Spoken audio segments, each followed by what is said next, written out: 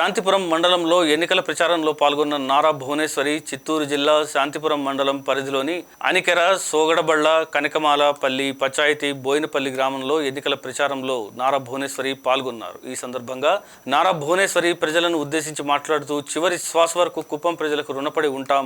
రాష్ట్రాన్ని కాపాడేందుకు చంద్రబాబు నాయుడు శ్రమిస్తున్నారు. రాష్ట్రాన్ని దోచుకోవడం, ప్రజలను హింసించడం సీఎం వైఎస్ జగన్మోహన్ రెడ్డి నైజం అన్నారు. రాష్ట్ర భవిష్యత్తు కోసం కూటమి ప్రభుత్వం అవసరం. ఓటు అనే ఆయుధంతో రాష్ట్ర తలరాతను మార్చాలి. మే 13న రాక్షస పాలనకు ఓటుతో ఝరీ కట్టాలి అని అన్నారు.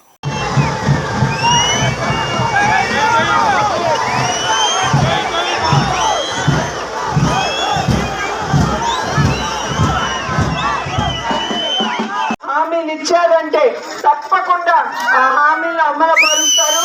అది చంద్రబాబు నాయుడు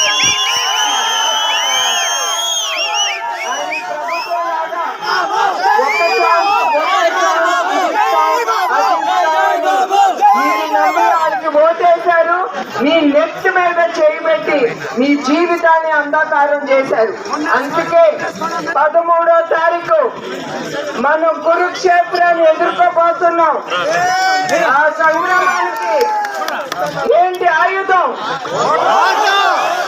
ఆ ఓటుతో ఈ ప్రభుత్వాన్ని దించేసి ప్రజల ప్రభుత్వాన్ని తీసుకొద్దాం. దీనికి సైన్యం